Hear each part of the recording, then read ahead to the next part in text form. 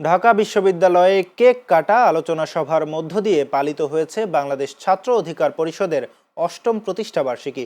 মঙ্গলবার ঢাকা বিশ্ববিদ্যালয়ের ঐতিহাসিক বটতলা প্রাঙ্গণে প্রতিষ্ঠাবার্ষিকী পালন করা হয়। কর্মসূচিতে কেন্দ্রীয় ও বিভিন্ন শাখার নেতাকর্মীরা অংশ নেন।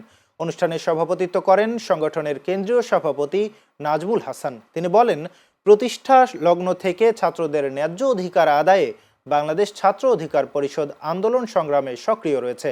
তিনি শিক্ষা ব্যবস্থার সংস্কার, ক্যাম্পাসে গণতান্ত্রিক পরিবেশ নিশ্চিতকরণ এবং শিক্ষার্থীদের অধিকার রক্ষায় ঐক্যবদ্ধ থাকার আহ্বান জানান।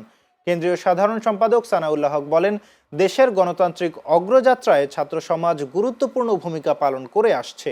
তিনি ছাত্রদের ন্যায্য দাবি আদায়ে সংগঠিত ও সচেতন থাকার উপর গুরুত্ব আরোপ করেন। অনুষ্ঠানে উপস্থিত ছিলেন কেন্দ্রীয় সিনিয়র সহ সভাপতি নেওয়াজ খান বাপ্পি, ঢাকা বিভাগীয় সাংগঠনিক সম্পাদক জিসান আহমেদ ও কেন্দ্রীয় কমিটির সদস্য রোকেয়া জাবেদ মায়া সহ অন্যান্যরা।